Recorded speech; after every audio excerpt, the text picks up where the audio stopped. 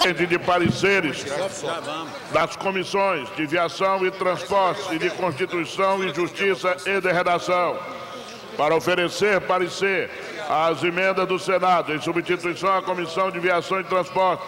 Concedo a palavra ao senhor deputado Moreira Franco.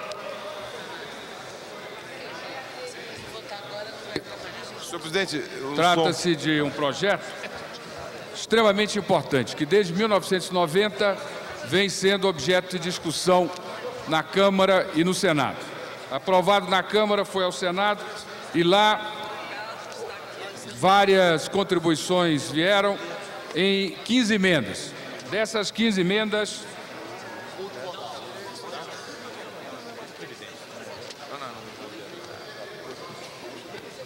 entendemos que devemos aprovar as emendas de número 3, 5, 6, 7, 9, 11, 13, 14, 15, 10 e a emenda 12. E rejeitar as emendas 1, 2, a emenda 4 e a emenda 8. A emenda 4 e a emenda 8, elas propõem uma mudança, substituir a expressão expedidor pela expressão contratante de serviço.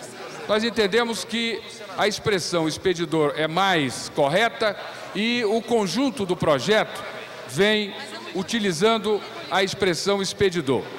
No entanto, no artigo 27, que nós acatamos em uma emenda modificativa apresentada pelo Senado, eles utilizaram a expressão contratante de serviço.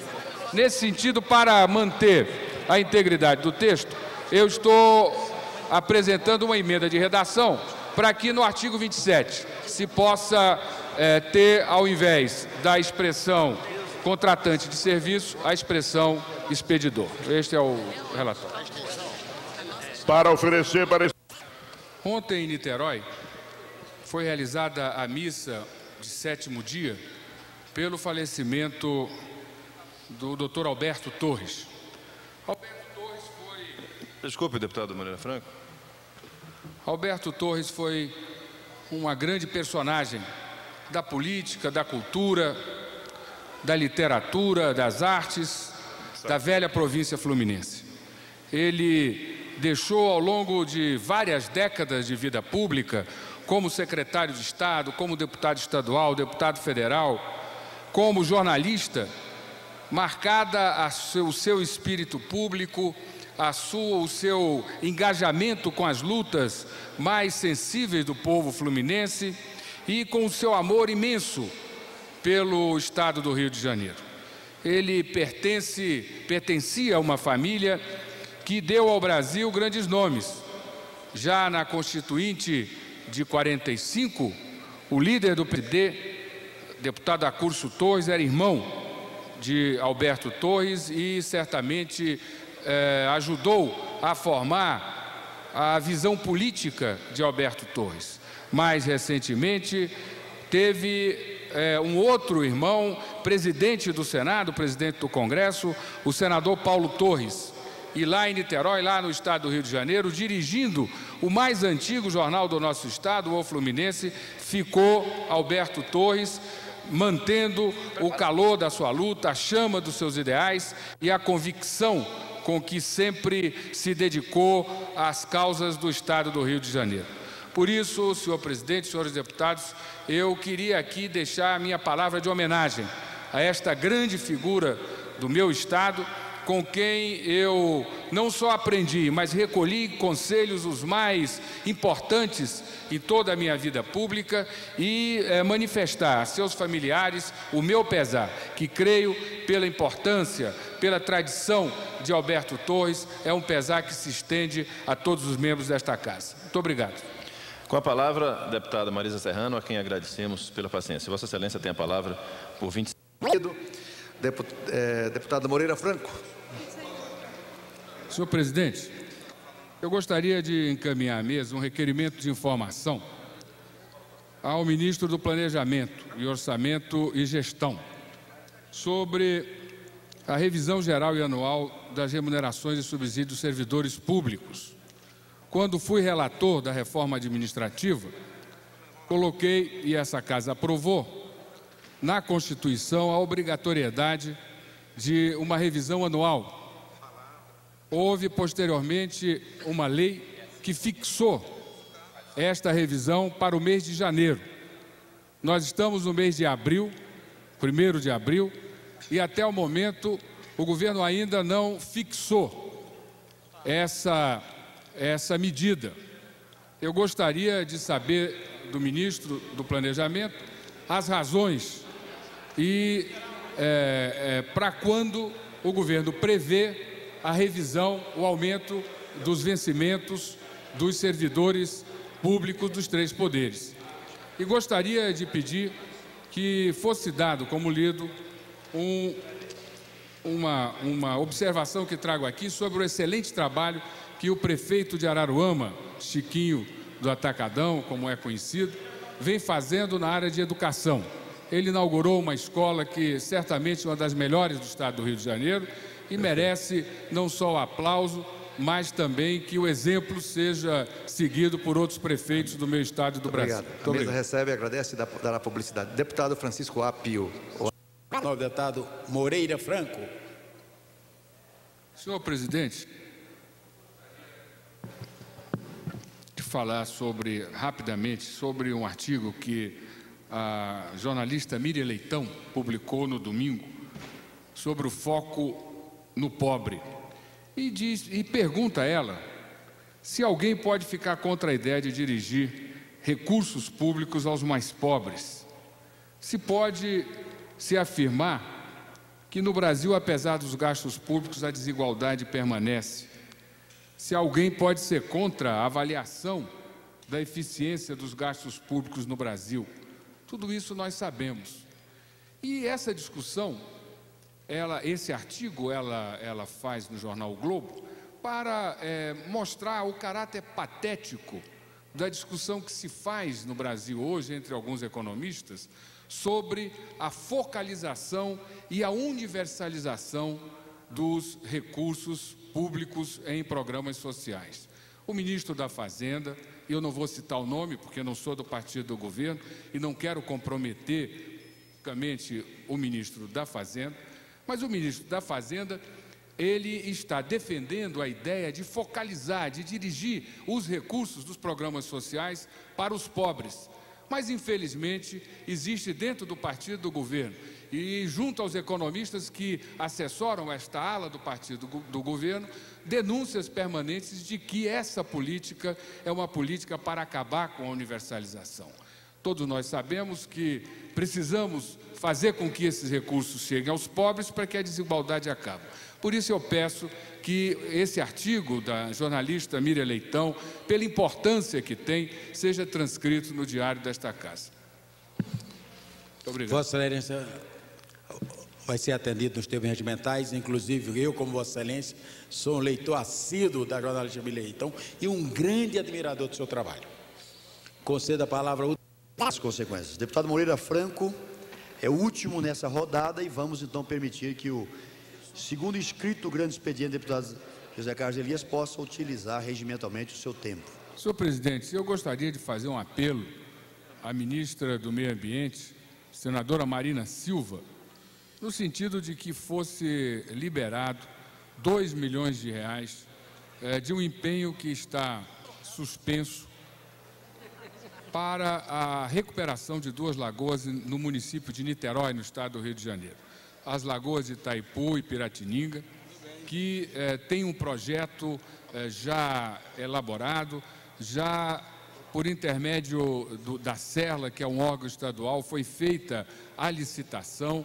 O governo do estado já colocou 500 mil reais e a obra necessita urgentemente da liberação de somente 2 milhões de reais para que o povo de Niterói possa ter de volta essas 2 lagoas que estão sendo perdidas. Eu reitero, então, à ministra que tome essa iniciativa e permita que Niterói possa ter essas duas lagoas de volta. Muito obrigado. Parabéns, deputado Moreira Franco. A mesa recebe, está feito o registro. Dando continuidade ao nobre deputado Moreira Franco, segundo orador do grande expediente, e entre um intervalo e outro dará a palavra ao nobre deputado Zé Carlos Elias Manato, dois também que querem dar como líder. Conceda a palavra, no período destinado ao grande expediente, ao nobre deputado Moreira Franco. Sua Excelência dispõe de 25 minutos na tribuna. Senhor presidente, senhoras e senhores deputados, o relatório da PEC número 40, de 2003, apresentado pelo ilustre deputado Maurício Randes, merece o respeito de todos, embora possa haver, como é próprio do regime parlamentar democrático, divergências com relação às conclusões apresentadas. Sem dúvida que no exame da matéria há de se ter presente a questão constitucional. Desejo deter-me exatamente em um dos aspectos que, a meu sentir, apresenta inegável inconstitucionalidade. Trata-se da ingerência da União na autonomia dos estados e municípios, gerando conflito entre os poderes, jogando no lixo todo o exaustivo trabalho de reforma administrativa e previdenciária que resultou na promulgação das emendas constitucionais 19 e 20 de 1998. Fui o relator da reforma administrativa e julgo do meu dever manifestar minha estranheza com relação ao tratamento que se pretende dar à questão do teto remuneratório dos servidores. O teto, como todos sabemos, tem a finalidade central de impedir abusos, despropósitos, com remunerações geradas por artifícios legais que criaram, ao longo do tempo, distorções descabidas no serviço público. O princípio que informou a mudança constitucional com a criação do teto, oferecendo nova redação ao inciso 11 do artigo 37 da Constituição Federal, observou duas condições. Primeira, a simetria entre o teto da União e o dos Estados. E segunda, a desconsideração dos cargos de presidente da República e governador como limite remuneratório. Na origem, a Constituição de 88 fixava como teto da União os vencimentos de deputados federais para o Poder Legislativo, o percebido pelos ministros de Estado para o Executivo e, no Poder Judiciário, os vencimentos dos ministros do Supremo Tribunal Federal. Determinava também que nos estados o teto fosse, respectivamente, a remuneração dos deputados estaduais, dos secretários de Estado e dos desembargadores. A emenda 19, de que fui relator, levou essa simetria ao máximo, adotando teto único para todos os servidores públicos, o subsídio mensal em dinheiro dos ministros do Supremo Tribunal Federal. Foram alcançados dois objetivos relevantes. O primeiro, acabar com a colcha de retalho dos contra-cheques, criando o subsídio para que houvesse transparência dos valores percebidos, sem que a escala de vantagens disfarçasse percepção a diversos títulos, o que gerou a distorção antes mencionada. Segundo, identificou-se como agente político que exercesse cargo vitalício com vedação de exercer qualquer outra atividade, salvo a de magistério. É essa a sábia orientação que agora se quer abandonar. A remuneração do presidente da República no plano federal e a do governador no plano estadual não foram adotadas, porque o subsídio em dinheiro atribuído a esses cargos é apenas uma parcela menor do conjunto de vantagens recebidas, além de exercerem cargos temporários, não se constituindo em atividade efetiva. Mário Bernardo Sesta, um estudioso da matéria, assim argumentou em estudo publicado na revista da Escola Superior de Advocacia do Rio Grande do Sul. A razão pela qual a remuneração do presidente ou dos governadores não pode ser adotada como teto é que as quantias recebidas por esses agentes políticos não guardam relação com suas necessidades de sobrevivência diária. Suas despesas domésticas com alimentação, moradia, servidores, carros, motoristas, telefone e outras mais correm às custas dos cofres públicos. Por isso, conclui Bernardo Sesta, os subsídios não podem servir de limite para o subsídio e os vencimentos de outros agentes para os quais esses ingressos têm caráter alimentar. Há também outras razões de ordem constitucional contra a adoção do subsídio do governador como teto estadual.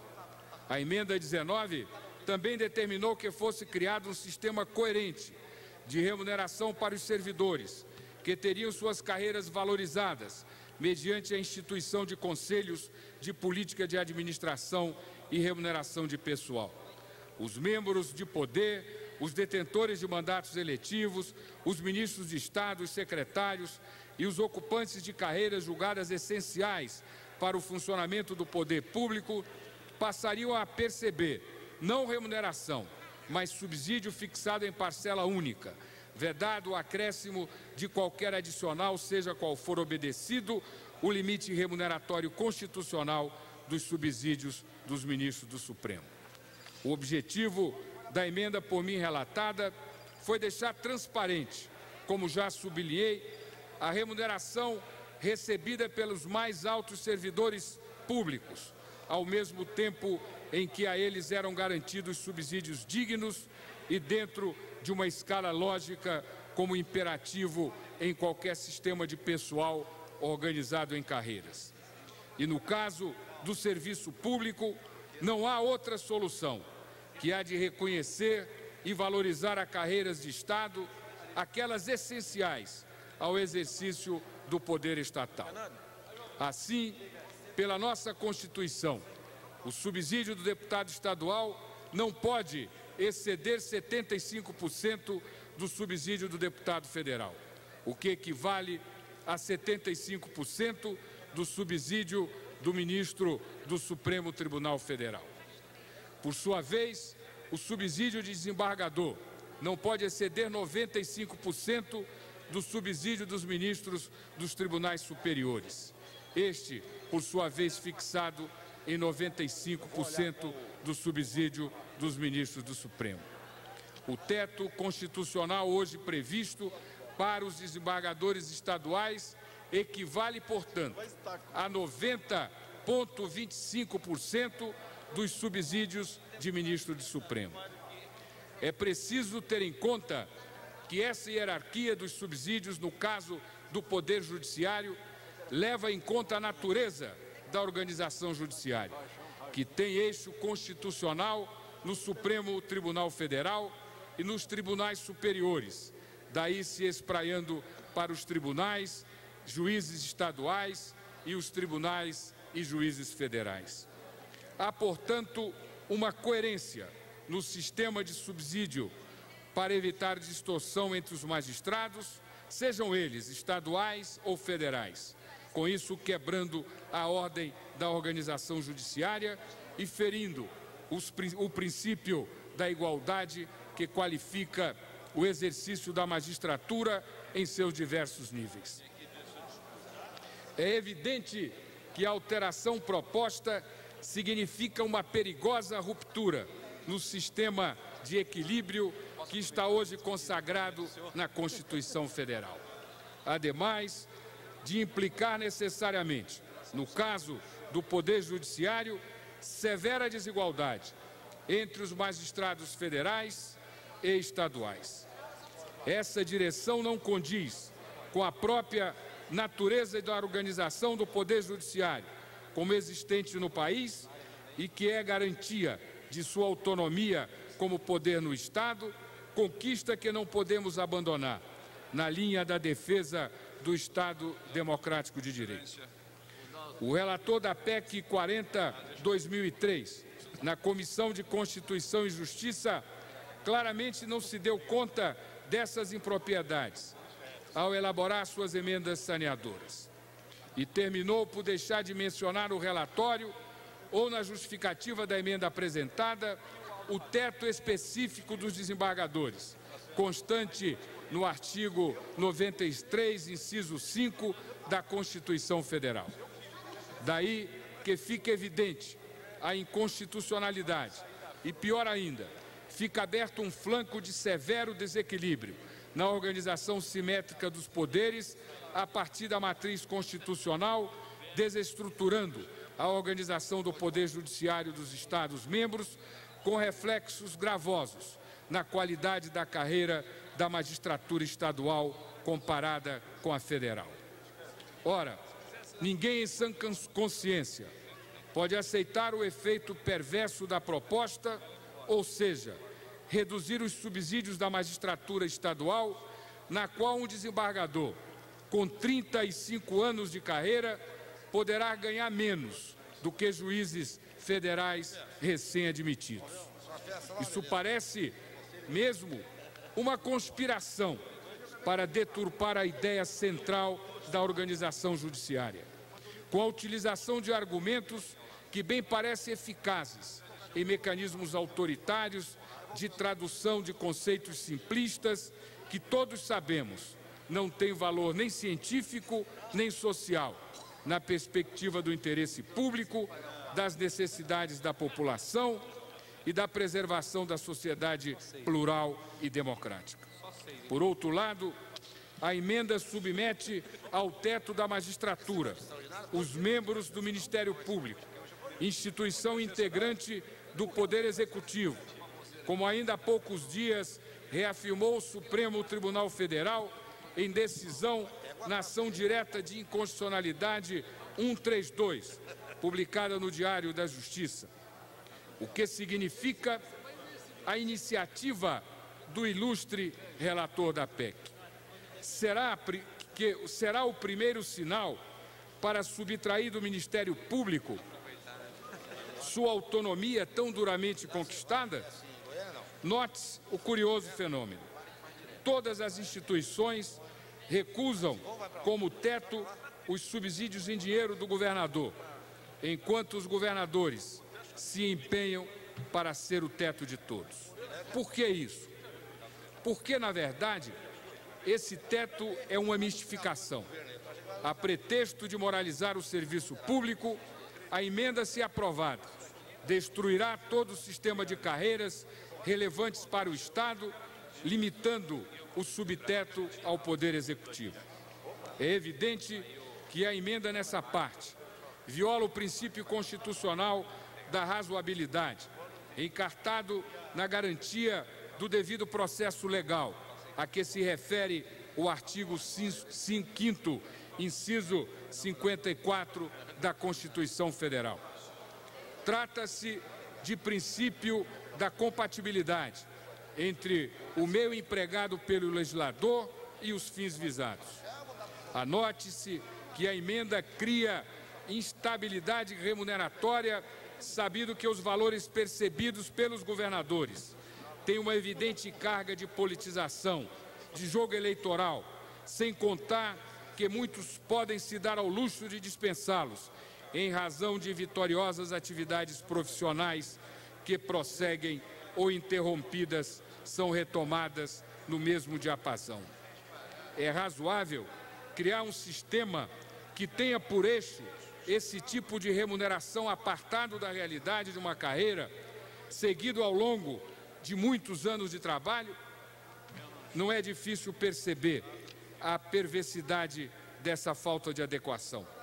Os governadores poderiam reduzir a parcela em dinheiro de seus subsídios, já que têm casa, comida, transporte, luz, água, gás, telefone, servidores domésticos, tudo, enfim, custeado pelos cofres públicos, o que lhes permitiria sacrificar, por via indireta, o princípio da irredutibilidade dos subsídios e vencimentos constitucionalmente assegurados a todos os servidores. Isto não é terrorismo ou falsa previsão. O governador de um dos maiores estados e mais importantes da federação já fez isso. E há poucos dias reduziu em quase 50% a parcela em dinheiro de sua remuneração.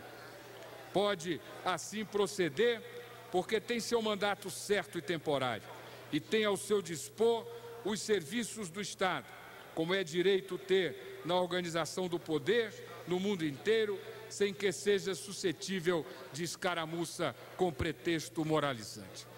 Mas é justo e adequado, sem falar na quebra da estrutura constitucional, que essa situação seja projetada para aqueles que seguem carreira essencial de Estado?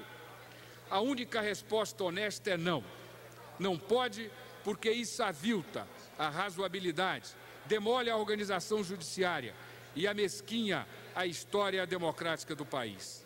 É preciso que sejam lidos mais uma vez os artigos dos federalistas, que inspiraram a rota da organização estatal das democracias ocidentais.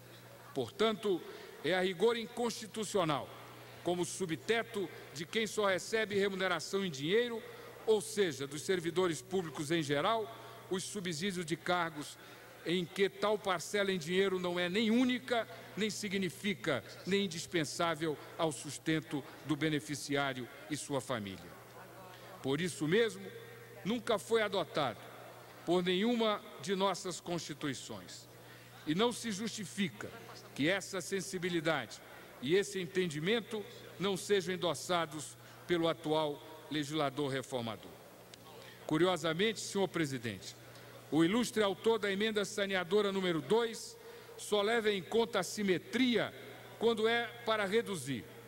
Quando é para dar tratamento igualitário, a simetria desaparece. A emenda saneadora número 2 reduziu, sem dizer isso claramente, mas obrigando o leitor a essa conclusão, o teto para os desembargadores de 90,25 do subsídio do ministro do Supremo Tribunal Federal para 75% deles, sem, no entanto, revogar ou alterar os artigos que conflitam com esse subteto. Tal situação não ocorreria se o subteto estadual levasse na devida conta a organização judiciária, tomando como padrão os subsídios dos desembargadores. Em primeiro lugar, seria preservada a tradição constitucional em matéria de teto remuneratório. E, em segundo lugar, esse subteto continuaria superior ao atual limite constitucional para os deputados estaduais. Sugiro, senhor presidente, que na PEC em apreciação, a referência a governador seja substituída pela referência a desembargador, membro do Tribunal de Justiça do Estado, com correspondência com a organização judiciária do país, tendo como matriz o subsídio do ministro do Supremo Tribunal Federal, mais alto cargo do Poder Judiciário, na linha do que acima deduzi.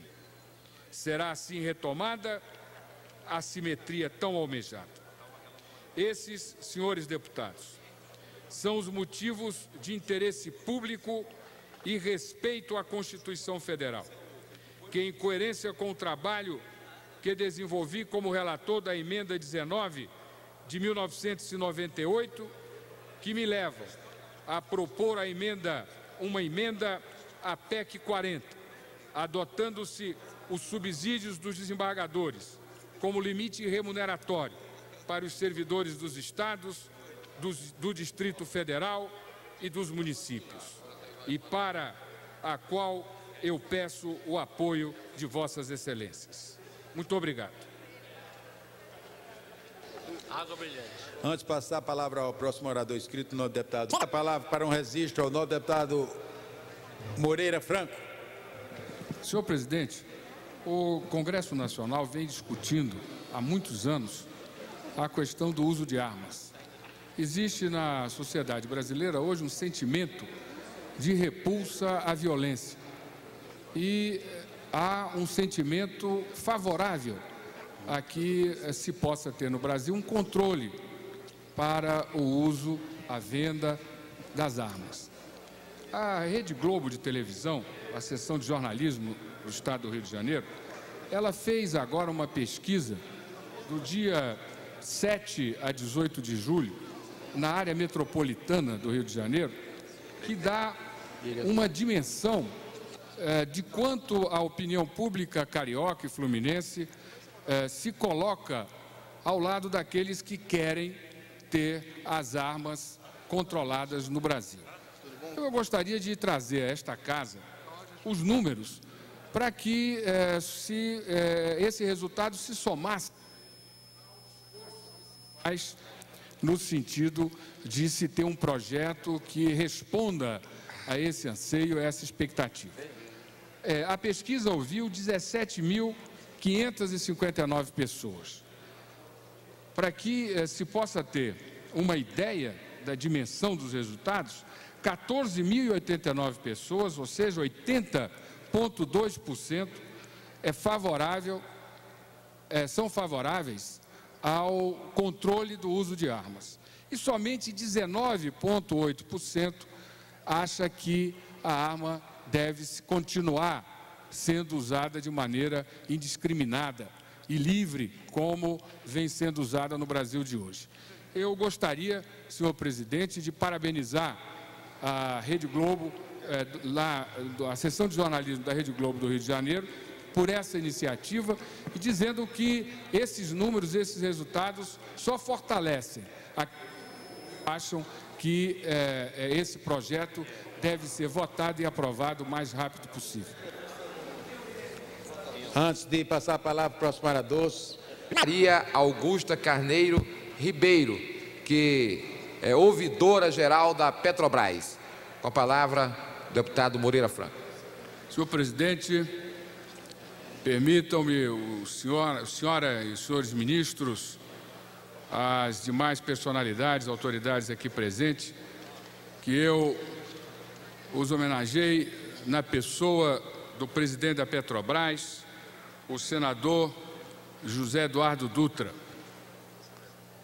Senhores e senhoras deputados, minhas senhoras e meus senhores, eu gostaria de agradecer ao líder Eunício de Oliveira, líder do PMDB, do meu partido, pelo privilégio que me dá de falar em nome do partido nesta sessão de homenagem aos 50 anos da Petrobras. Isto me é muito caro e este momento é um momento importante. É importante não porque nós estejamos homenageando uma empresa brasileira que já deu demonstrações sucessivas de eficiência, de capacidade tecnológica, de excelência empresarial, de compromissos com o crescimento econômico brasileiro. Não é tampouco importante porque nós estamos dizendo que esta empresa é um orgulho para nós. Eu acredito que a importância desta sessão, ministro Valdir Pires, é porque nós estamos homenageando uma página, uma opção de política econômica, uma opção de projeto nacional, uma opção de construção de um país que há 50 anos atrás ela passou a ser expressa, a ser retratada nesta empresa que em 1953 foi criada, culminando uma luta de décadas do povo brasileiro, liderada pelo presidente Getúlio Dornelles Vargas, tendo ao lado dele não só o entusiasmo e a confiança do povo brasileiro, mas homens como o economista Jesus Soares Pereira. E acho que em Jesus, no professor Jesus, eu aproveito para homenagear todos aqueles economistas, todos aqueles políticos, engenheiros que acreditaram na necessidade de afirmação de um projeto nacional para o Brasil. De dizer da nossa soberania, de dizer da necessidade de se ter um desenvolvimento econômico que garantisse um acesso ao povo brasileiro de padrões de vida muito acima daqueles que o modelo anterior proporcionava.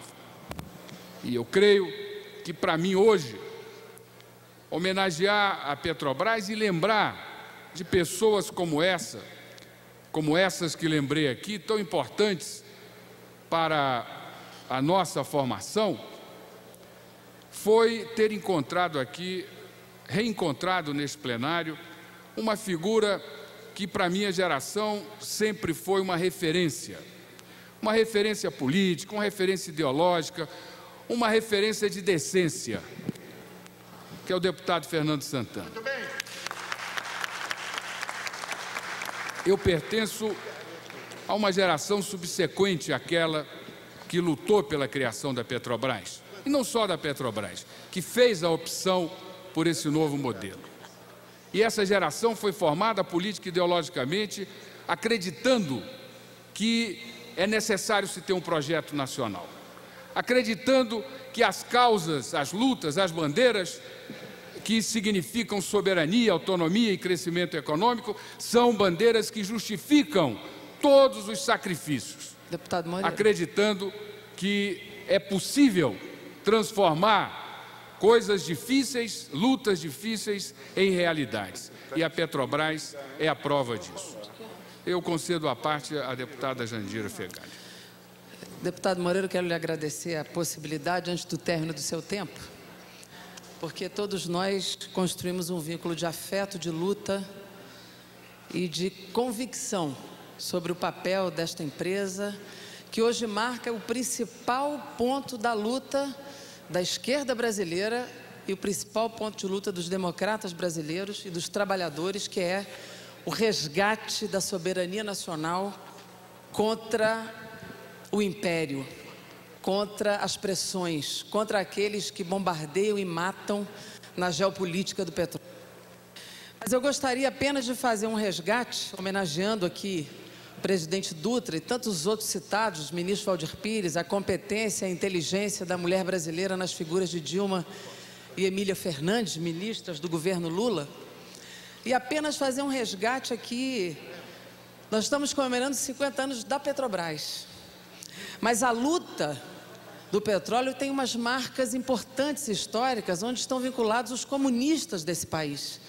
No pós-guerra, nós tínhamos uma bancada comunista pujante, e em 1947 eu fiquei feliz de ver exposto esse primeiro projeto na exposição da Petrobras, no dia 2 de julho de 47, foi sancionado um projeto assinado por João Amazonas, Maurício Grabois, Carlos Marighella, Diógenes Arruda, Gregório Bezerra, Jorge Amado e Henrique Oeste, declarando de utilidade pública o abastecimento nacional do petróleo. E junto com esse momento histórico, veio também a criação da Frota Nacional Petroleira para a garantia do abastecimento nacional, criada diretamente pelo governo, porque a navegação ela é decisiva para o abastecimento, para a soberania e para a questão da segurança nacional, e aí se criava a navegação do Estado na Marinha Mercante Brasileira e logo depois incorporada com 22 navios à Petrobras. Eu quero resgatar isto porque esse histórico é largo, a relação dos comunistas com a soberania, com essa empresa e com o petróleo, ela é histórica, ela é importante, e depois ela foi sendo reafirmada por deputados como Haroldo Lima, foi sendo reafirmada por outros parlamentares democratas desse país, ideologicamente identificados como Fernando Santana, foi sendo identificada pelos socialistas como Ricardo Maranhão, também Mário Lima aqui presente, que eu quero homenagear como uma pessoa importante no trabalho do parlamento brasileiro, e apenas resgatar de novo o nosso compromisso do apoio a esta empresa como a marca da soberania e ter acesa a nossa expectativa de que a Petrobras de novo se volte decisivamente de frente para o Brasil, como é o pensamento de Vossa Excelência, como é o pensamento do governo Lula, como é o pensamento de alguns diretores, eu citaria aqui Guilherme Estrela e o do Sauer, como outros que hoje merecem o nosso apoio, a nossa admiração, o nosso respeito à frente desse trabalho. E, por fim, apenas realçar o papel dos recursos humanos, porque nós poderíamos aqui falar do SEMPES, de tantas outras, mas esses trabalhadores da terra e do mar, homens e mulheres que fazem a Petrobras, merecem com prioridade, não apenas a reintegração dos demitidos pela anistia, mas também a valorização na qualificação, na segurança, nas aposentadorias especiais e na remuneração, tão fundamental para manter estimulado e aceso esse corpo de trabalhadores que nos dá orgulho, não apenas carregando a bandeira nacional em terra, mas carregando no mar deste mundo, levando o Brasil, não apenas para os rincões desse país, mas para outros países do mundo inteiro. Parabéns à Petrobras, ao deputado Moreira e a todos que contribuíram nessa luta. Obrigado. Senhor presidente, eu gostaria de parabenizar a deputada Jandira Fegali pelo brilho da sua intervenção e concluir dizendo ao senador Eduardo Dutra, aos diretores da Petrobras que aqui estão, aos funcionários desta casa, aqueles que não só deram a sua vida, mas que deram ao longo da sua capacidade de trabalho tudo de si para construir a grandeza de uma empresa que está entre as 10 maiores empresas do mundo, que os senhores dirigem não uma empresa, os senhores dirigem um ícone, os senhores conduzem uma legenda, os senhores desfraldam uma bandeira. A responsabilidade de um dirigente, de um funcionário da Petrobras, não é a responsabilidade daqueles que trabalham e que dirigem uma empresa qualquer. Na história desta empresa tem uma tradição de luta pelo crescimento. Na história desta empresa tem o exemplo de que a luta dá resultados, que produz resultados. Na história desta empresa tem um projeto de crescimento econômico, que agora eu creio que nos resta dizer que esse projeto que nos permitiu crescer, e os dados do censo do século nos mostram que crescemos, mas com a desigualdade profunda. E o caminho agora é preservar o que conquistamos no passado e promover um crescimento com distribuição de renda, para que essa desigualdade que nos humilha tanto seja extirpada do nosso país. Senhor presidente, eu agradeço mais uma vez o privilégio de dizer que o meu estado, o estado do Rio de Janeiro, se sente dono da Petrobras. A Petrobras é um patrimônio do nosso estado, não só porque a sede está lá, mas porque nós somos responsáveis por 85% da produção do óleo neste país. E não é só por causa disso também, porque o estado do Rio tem sido vítima de uma profunda injustiça. Num passado não muito longínquo, nós sonhamos e lutamos para ter uma refinaria, uma petroquímica instalada no nosso estado. Lamentavelmente, em que pese a produção de petróleo que temos no nosso estado, o governo federal, através do Conselho Nacional de Desenvolvimento Industrial na época, optou por fazer crescer petroquímicas em estados que não contribuem com produção de óleo. Perdemos essa oportunidade. Agora, o estado do Rio de Janeiro, da mesma maneira que no passado lutou ao lado de Fernando Santana e de Valdir Pires, entre outros, dizendo que o petróleo é nosso, ele hoje diz que a refinaria é nossa. Nós temos o direito de ter essa refinaria, porque produzimos 84% do óleo que se produz neste país. E porque temos dado uma contribuição imensa ao crescimento da Petrobras e acolhido com muito carinho esta empresa que nos é motivo de muito orgulho e de muita satisfação. Muito obrigado.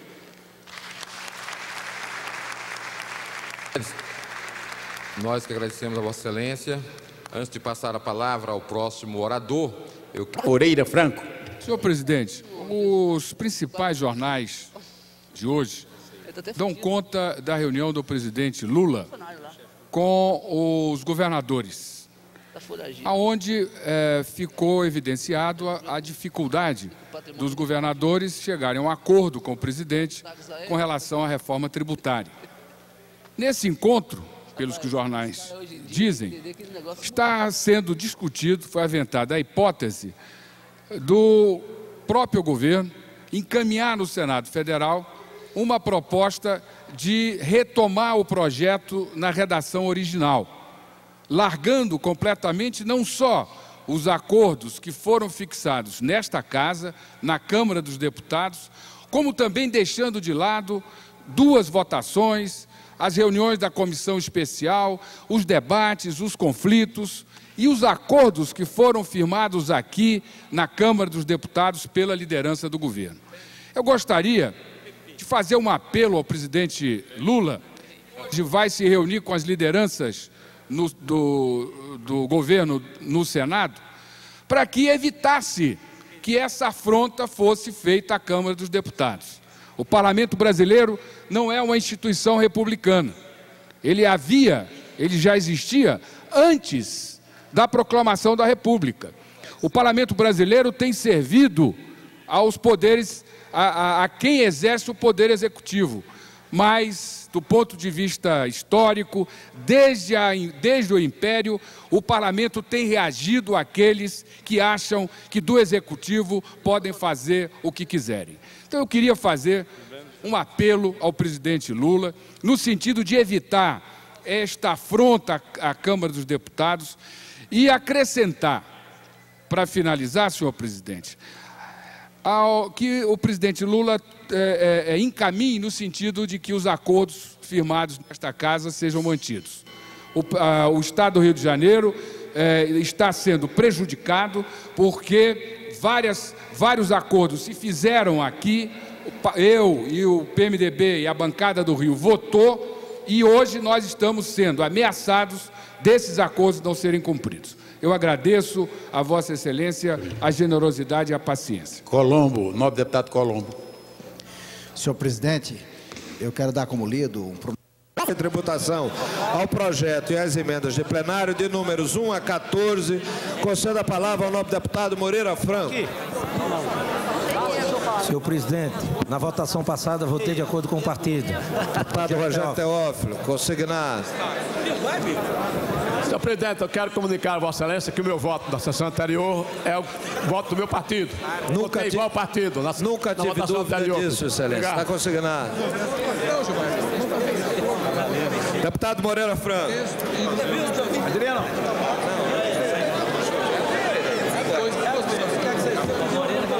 Senhor presidente, senhores e senhoras deputados, o projeto de lei 5.524 de 2005 cria concurso de prognóstico destinado à receita líquida dele decorrente, entre outras finalidades, para a remuneração de entidades desportivas da modalidade futebol. Tal remuneração advém da cessão voluntária de direitos de uso de suas denominações, marcas ou símbolos para a divulgação e execução do concurso de prognóstico. As receitas auferidas serão necessariamente utilizadas para a liquidação de seus débitos com a União, que poderão ser parcelados na forma do presente projeto. Dessa maneira, tanto as propostas quanto as emendas apresentadas mostram-se compatíveis e adequadas orçamentária e financeiramente, tendo em vista a geração de novos recursos que subsidiarem a adimplência fiscal por parte das entidades desportivas. Passa-se, então, a análise do mérito da matéria. Tem a presente proposição como objetivo principal proporcionar uma nova realidade ao futebol profissional como um todo. No aspecto tributário, cumpre ressaltar os significativos avanços obtidos pelo projeto, pois torna viável o recolhimento de créditos tributários de difícil recuperação. Trata-se de inegável mérito da presente proposição de autoria do nobre deputado Pedro Canedo, Toda forma de instrumentalização da arrecadação federal que não implique em renúncia de outras receitas ou em participação compulsória do cidadão, mediante apagamento de novos tributos, é sempre digna de elogios. Forçoso constatar que o presente projeto, originado da revogada medida provisória 249 de 2005, configura regime fiscal beneficiado, que se destina à regularização dos débitos tributários e financeiros de entidades desportivas da modalidade futebol, evitando a execução de medidas mais severas pela Fazenda Pública. Cumpre-nos, assim, oferecer soluções para todo o setor e não apenas para os clubes, em que pese sua dramática situação financeira. Há nessa linha importantes emendas apresentadas em plenário por ilustres colegas parlamentares, que em sua maioria julgamos conveniente serem acatadas. Dessa forma, propomos substitutivo, com alterações em alguns dispositivos do projeto de lei, que especificamos a seguir. De início, resolvemos acatar total ou parcialmente as sugestões expostas pelas emendas número 1 a 4 e 6. As 4 primeiras são assinadas pelos deputados Rodrigo Maia e Antônio Carlos Mendes Tame, líder do PFL e vice-líder do PSDB, respectivamente, sendo a última também subscrita pelo deputado Silvio Torres. Tais emendas visam estimular, de diferentes formas, a gestão empresarial das atividades profissionais dos clubes de futebol, por meio do presente concurso de prognóstico. Avaliamos relevante e oportuna a matéria proposta.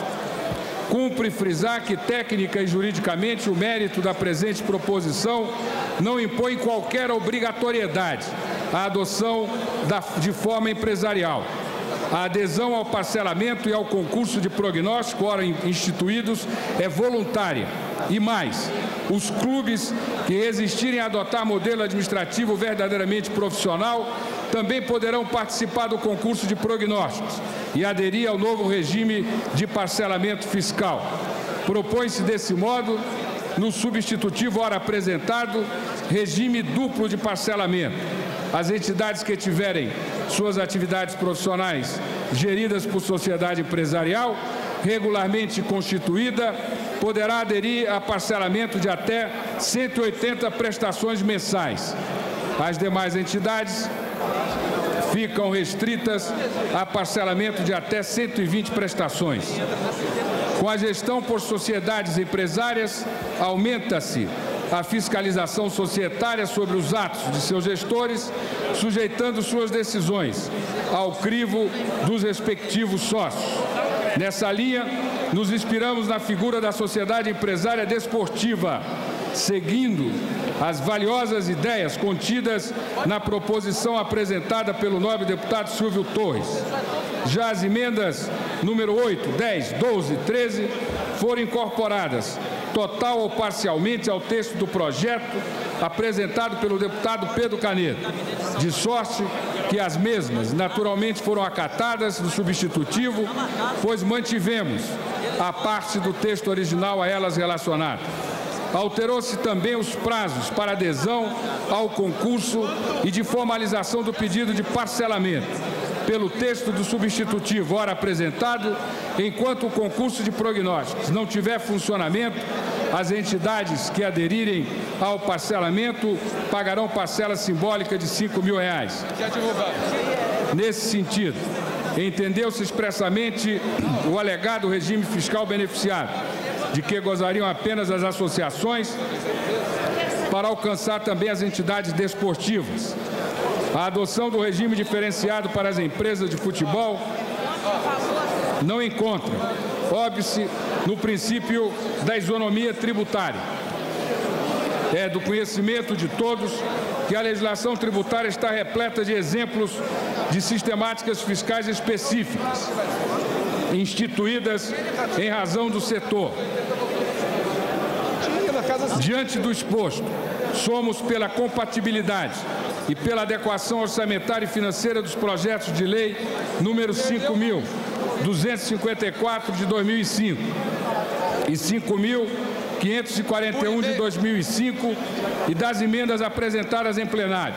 No mérito, somos pela aprovação dos projetos de lei número 5.524 de 2005 e 5.541 de 2005, na forma do substitutivo apresentado, e pela aprovação total ou parcial das emendas acima aludidas, também na forma do substitutivo, rejeitando as demais. Eis o parecer, senhor presidente. A presidência determina à secretaria que imprima e distribua em plenário as cópias do parecer do nobre deputado Moreira Franco. Para que a sessão não... Eu consulto, há um requerimento também de adiamento de discussão. Acho que o deputado Moreira Franco, logo em seguida... Senhor presidente, obrigado, senhores presidente. deputados, é uma pequena modificação decorrente das negociações que foram feitas. No artigo 6º, parágrafo 1º, os depósitos diz o texto, os depósitos de que trata o caput serão efetuados mensalmente até o 5º dia 30 de setembro de 2005. Visivelmente a redação estava equivocada em função da pressa com que se fez o esforço de acomodar as propostas para que nós pudéssemos votar. Então a redação ficaria a seguinte: os depósitos de que trata o caput serão efetuados mensalmente até o 5º dia do mês subsequente à apuração dos valores. Meu amigo e tal. Vou dar um toque para ele. Com a corrigenda feita pelo nobre relator deputado Moreira Franco, a secretaria distribuirá o parecer com essa retificação. Informa ao nobre deputado Alexandre Cardoso que o registro das portarias da Casa aponta a presença de 455 senhores deputados. Para falar contrariamente à matéria, o nobre deputado Moreira Franco. Senhor presidente, senhores deputados, essa matéria, ela obteve quase que a unanimidade desta Casa. Todos os deputados, os partidos, eles se colocaram ao lado do esforço de enfrentar o problema que vive os clubes de futebol brasileiro. E a solução encontrada foi uma solução criativa, na medida em que não se está onerando o cidadão. Ao contrário, se está criando mecanismos para que os clubes possam pagar ao governo o que deve e começar a sanear as suas finanças. Mas esse ponto, que é objeto desta emenda supressiva, é um ponto que divide a Casa e que nós estamos começando hoje aqui um processo que inevitavelmente esta Casa terá que viver. Porque os clubes brasileiros, eles não podem mais continuar com a legislação que preside o futebol. Vejam, senhores deputados e senhoras deputadas, quantos craques, campeões do mundo estão hoje trabalhando em prefeituras porque não tem nenhuma cobertura legal para lhe garantir a segurança que a idade determina. Não há um sistema de aposentadoria adequado. As ações trabalhistas mostram a necessidade dos clubes terem uma legislação trabalhista adequada. Os débitos dos clubes apontam para a necessidade de se ter um sistema de fiscalização das atividades dos dirigentes que permita transparência e clareza. Então, essas questões são as questões verdadeiras que estão embutidas no debate que nós estamos travando. Eu acho que estamos começando essa discussão e vai, inevitavelmente, desaguar não em um projeto de regulamento que regulamente o desporto brasileiro, mas em um projeto de lei que trate da organização dos clubes de futebol. Por isso, senhor presidente, eu acho que a proposta apresentada por mim no substitutivo, ela é intermediária. Ela contempla clubes como o Botafogo, que já é um clube organizado em forma de empresa. O Bahia já é um clube organizado em forma de empresa. Então não há nenhuma novidade. Nós simplesmente estamos querendo abrir para esses clubes que queiram começar o seu processo de reorganização estatutária a possibilidade de um benefício de, ao invés de pagar as suas dívidas em 120 vezes, pagar em 180 vezes. Os clubes que já são empresa, e temos vários, automaticamente, para concluir isso, os clubes que já são empresa, eles se beneficiarão, porque é uma medida que vai ajudá-los. E aqueles que não são, poderão vir a ser voluntária e não impositivamente. Então eu acho que aprovar essa emenda supressiva vai de encontro aos interesses do clube. Nós precisamos manter o texto do substitutivo. Muito obrigado. Favoravelmente, conceda a palavra ao nobre deputado Júlio Lopes.